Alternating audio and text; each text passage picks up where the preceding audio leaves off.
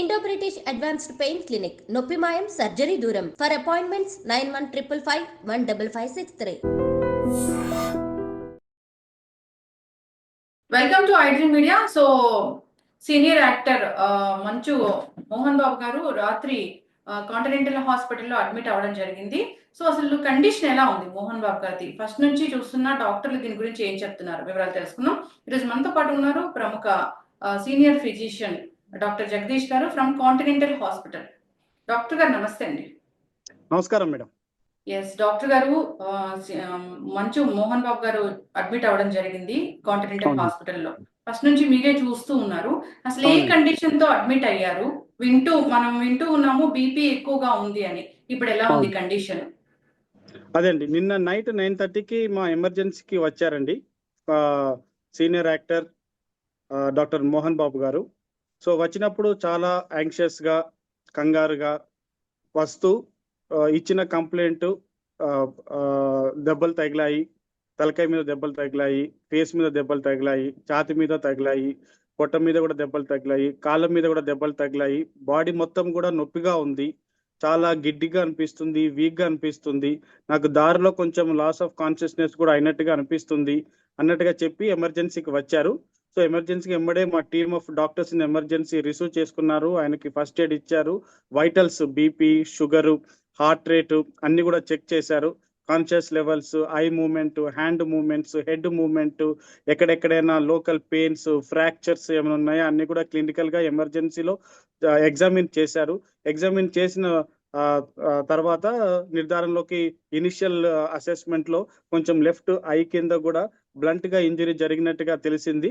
So బయటికి ఎక్కువగా కనపడకుండా కమిలిపోయినట్టుగా అది ఉంది. కాళ్ళకి కూడా కొంచెం దెబ్బలు తగిలాయి, ఛాతీ కూడా ముట్టుకుంటే నొప్పిగాను, పొట్టలో కూడా ఎగ్జామిన్ చేస్తే నొప్పిగాను ఉండింది. ఆయన బీపీ కూడా చాలా ఎక్కువగా ఉండే. సో ఆల్మోస్ట్ వచ్చినప్పుడు 200/110 ఫ్లక్చువేట్ అవుతుంది. 170 నుంచి 200 మధ్యలో ఫ్లక్చువేట్ అవుతుండే.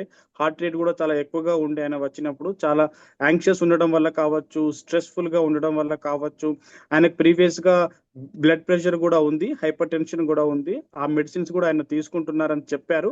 సో అది అండర్లయింగ్ ఉండడం వల్ల కావచ్చు, మెడిసిన్ మిస్ అవ్వడం వల్ల కావచ్చు, ఏ కారణమైనా సరే మా కాడికి వచ్చినప్పుడు చాలా హై బీపీలో ఉంది. దాన్ని యాక్సిలరేటెడ్ హైపర్ టెన్షన్ అంటాము, విత్ బ్లంట్ ఇంజరీస్ అంటాము, with anxiety, fast heart beat తో వచ్చారనమాట.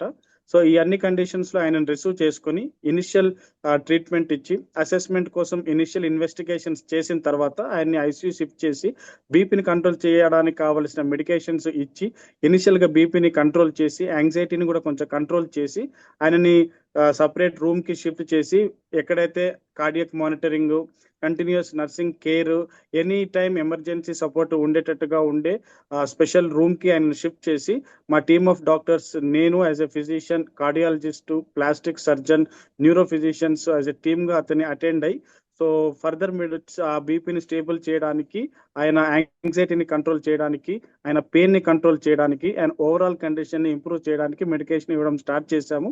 డ్యూరింగ్ ద ప్రాసెస్ ఆయనకి బీపీ ఫ్లక్చుయేట్ అవుతుంది. ఇచ్చిన మెడికేషన్ రెస్పాండ్ ఇస్తూ బీపీ తగ్గి, మళ్ళీ ఆ మెడిసిన్ ఎఫెక్ట్ తగ్గగానే మళ్ళీ బీపీ పెరగడము, హార్ట్ రేట్ పెరగడము, నైట్ అంతా కూడాను స్లీప్ లేకుండా ఉండడము, యాంగ్షియస్ గా ఉండడము, కంగారుగా ఉండడము, కంటిన్యూస్ గా మాట్లాడుతూ ఉండడము.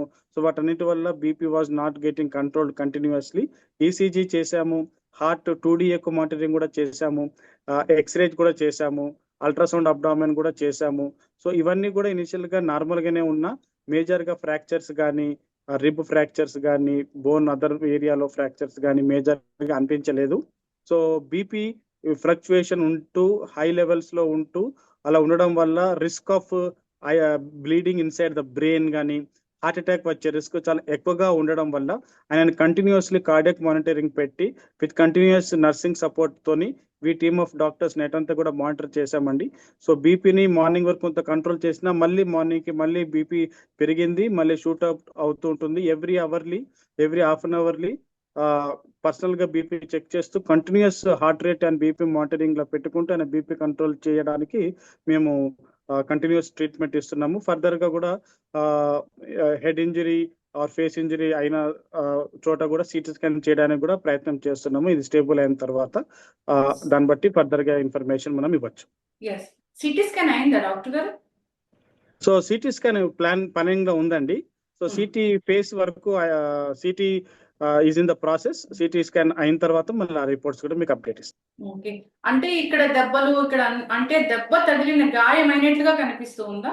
అవునండి, ఈ కంటికి కుడి భాగానికి ఎడమ భాగానికి మనం క్లియర్ గా చూసినప్పుడు ఎడమ భాగము నా కన్ను కొంచెం ఎర్రగాను, అది కొంచెం వాచినట్టుగా, ఆ కంటి కింది భాగము ఎక్కడైతే ఉందో ఇక్కడ కమిలినట్టుగా ఉంది. ఆయన చెప్పడం వరకు అక్కడ మేము వచ్చినప్పుడు ఒక జర్నలిస్ట్ ఒక మైక్ అక్కడికి వచ్చి నాకు తగిలింది గట్టిగా, దాని ద్వారా నేను కోపోద్రేకునై తర్వాత జరిగిన సన్నివేశం జరిగినట్టుగా అతను చెప్పుకుంటూ వచ్చారు. సో మాకు కూడా ఆ బ్లంట్ అంటే షార్ప్ కాకుండా బ్లంట్ గా ఉన్న ఆబ్జెక్ట్ తగిలినట్టుగానే ఉంది, కట్ అయినట్టుగా కానీ బ్లేడ్ తో కట్ అయినట్టుగా కానీ లేదు. సో అలా కట్ అయితే కనుక కంటిన్యూస్ ఊజింగ్ బ్లీడింగ్ వస్తూ ఉండేది, అలా లేకుండా సమ్ బ్లంట్ ఆబ్జెక్ట్ తగిలినట్టుగా ఉంది. ఎస్, అయితే డాక్టర్ గారు ఇప్పుడు 78 years మోహన్ బాబు గారి ఏజ్, ఈ ఏజ్ లో ఇంత స్ట్రెస్ ఇంత బీపీ ఉంటే ప్రమాదమే కదా డాక్టర్ గారు, ఇది ఎప్పుడు కంట్రోల్ అవుతుంది అసలు? సో ఇప్పుడు బీపీ అనేది మధ్యలో 130/70 వరకు వస్తుంది. మెడికేషన్స్ మనం దాని వీన్ ఆఫ్ అవ్వగానే బికాస్ ఆఫ్ దిస్ ఏజ్ వల్ల కూడా again it shooting up to 170, 180. So 24 to 48 hours లో మనం దాన్ని ఒక స్టెబిలిటీకి తీసుకురావడానికి ఉంటాయి. కొన్ని మెడిసిన్స్ ఫాస్ట్ గా బీపీ తగ్గించడానికి ఉంటాయి, వాటి ఎఫెక్ట్ తగ్గగానే మళ్ళీ బీపీ ఫ్లక్చువేషన్ అవ్వచ్చు. 24 hours కంట్రోల్ అవ్వడానికి వాడే బీపీ మెడిసిన్స్ పెట్టుకొని వాటి ఎఫెక్ట్ రావడానికి 24 to 48 hours వస్తుంటాయి. ఆ ఎఫెక్ట్ వచ్చే లోపు ఈ short acting fast acting medicines ఇచ్చుకుంటూ బీపీని కంట్రోల్ చేసి మరి షూటప్ అవ్వకుండా చూసుకుంటూ, సో మనకు minimum 24 to 48 hours, some times 72 hours కూడా పట్టొచ్చు ఇలా హై బీపీ పెరిగినప్పుడు కంట్రోల్ అవ్వడానికి. దాంతో పాటు కూడా అండర్లైన్ స్ట్రెస్ ఫ్యాక్టర్ కూడా ఉండడం వల్ల ఇంత సిచ్యువేషన్స్ నుంచి బయటికి రావడం వల్ల దీన్ని అదొక ట్రామా, ఆయనకి ఫిజికల్ ట్రామా ఒకటి, మెంటల్ ట్రామా కూడా ఉంది. దాన్ని post traumatic stress syndrome, post traumatic stress అని కూడా అంటాము. ఆ స్ట్రెస్ ఉన్నంత వరకు యాంగ్జైటీ ఉంటుంది మనకు, దాంట్లో మనకు తెలియకుండా కూడా బీపీ పెరుగుతుంటుంది. ఇప్పుడు మనం ఇద్దరము జనరల్ గా నేను మా పేషెంట్స్ కి చెప్పేది కూడా, మీతో ఎగ్జాంపుల్ గా చెప్పాలంటే మన ఇద్దరం నార్మల్ గా మాట్లాడుకుంటున్నాం, కామ్ కూల్ గా వీఆర్ టాకింగ్. సడన్ గా నేను మిమ్మల్ని తిట్టాను అనుకోండి, all of a sudden, so you will get anxious, మీకు కోపం వస్తుంది, హార్ట్ రేట్ పెరుగుతుంది, బీపీ పెరుగుతుంది. అది ఒక ప్రాంక్ గా చేశానంటే మళ్ళీ తగ్గిపోతుంది. సేమ్ అదే విధంగా మనం కార్ డ్రైవింగ్ స్మూత్ గా డ్రైవ్ చేస్తున్నంత వరకు ఓకే, సడన్ బ్రేక్ వేయాల్సిన సిచ్యువేషన్ వచ్చింది అనుకోండి, మనకు హార్ట్ రేట్ పెరుగుతుంది, బీపీ పెరుగుతుంది. ఇవన్నీ because of various adrenal hormones releasing in the body. So అదే విధంగా ఆ సిచ్యువేషన్ ఇప్పుడు కంటిన్యూస్ గా రాత్రంతా ఉందన్నమాట. సో ఆ సిచ్యువేషన్ గుర్తు తెచ్చుకోవడం, ఆ అయిన ఈవెంట్ గుర్తు తెచ్చుకోవడం, దాని నుంచి మళ్ళీ బయటికి రావడం, మళ్ళీ కొంచెం బయటికి రాగానే బీపీ కంట్రోల్ అవ్వడం, మళ్ళీ గుర్తుకు రాగానే మళ్ళీ అడ్రినల్ డ్రైవ్ కి వెళ్ళిపోయి మళ్ళీ బీపీ పెరిగిపోవడం, ఇలా అప్ డౌన్ అవుతూ ఉన్న కొద్దీ మేము వాటిని కంట్రోల్ చేయడానికి కావాల్సిన మెడికేషన్ ఇచ్చుకుంటూ ఆయన బీపీ హార్ట్ రేట్ ని స్టేబుల్ చేయడానికి, ఆ హై బీపీ అవడం వల్ల రక్తనాళాలు పగిలి స్ట్రోక్ రాకుండా, హార్ట్ అటాక్ రాకుండా తగు జాగ్రత్తలు తీసుకుంటున్నాం అన్నమాట. ఎస్, హై బీపీ వచ్చినట్లయితే ఇలాంటి హార్ట్ మీద కూడా పడే అవకాశం ఉంటుంది కదా డాక్టర్? ఇప్పటి వరకైతే హార్ట్ చెకప్ చేయడం జరిగింది, ఇప్పటి వరకైతే ఈసీజీ 2D చేయడం జరిగిందండి. కార్డియాలజిస్ట్ కూడా చూశారు, డాక్టర్ సివిఎన్ మూర్తి గారు చూశారు. సో నైట్ ఈసీజీ 2D కూడా చేసాము, మార్నింగ్ కూడా అసెస్ చేసాము. సో హార్ట్ అటాక్ వచ్చినట్టుగా ఏమీ మేము చెప్పట్లేదు, హార్ట్ అటాక్ ఏం రాలేదు. బట్ విత్ ఆల్ దిస్ ఈ అన్ని సిచ్యువేషన్స్ వల్ల బీపీ మాత్రం ఫ్లక్చువేట్ అవుతుంది. బికాస్ ఎప్పుడైతే కొంచెం కామ్ గా నిద్ర కూడా లేదు, స్లీప్ కూడా లేదు, గత 3 రోజుల నుంచి కూడా నిద్ర పోవట్లేదు అని చెప్తున్నారు. నిద్రపోవడానికి కావాల్సిన టాబ్లెట్ కూడా ఇచ్చినా కూడా నిద్ర రావట్లేదు.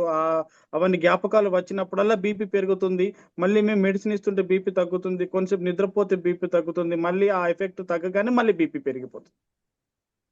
చాలా బాధాకరమైన విషయం. సో దాన్ని కంటిన్యూస్ గా మానిటరింగ్ చేసుకుంటూ తగు జాగ్రత్త తీసుకుంటూ బయట ఉన్న నర్సింగ్ స్టాఫ్ కూడా ఆయన బీపీ హార్ట్ రేట్ ఇక్కడ బయట నర్సింగ్ కన్సోల్ అంటాము, నర్సింగ్ కన్సోల్ లో కూడా కంటిన్యూస్ గా లోపల సిస్టర్ ఆయన బెడ్ పక్కన ఉండకున్నా కూడా we have a system where బయట ఉన్న కన్సోల్ లో కూడా సిస్టర్ బీపీని, హార్ట్ రేట్ ని, టెంపరేచర్ ని, ఆయన ఆక్సిజన్ లెవెల్స్ ని మానిటర్ చేసే సిస్టమ్ అన్నది కాంటినెంటల్ హాస్పిటల్లో ఉందండి.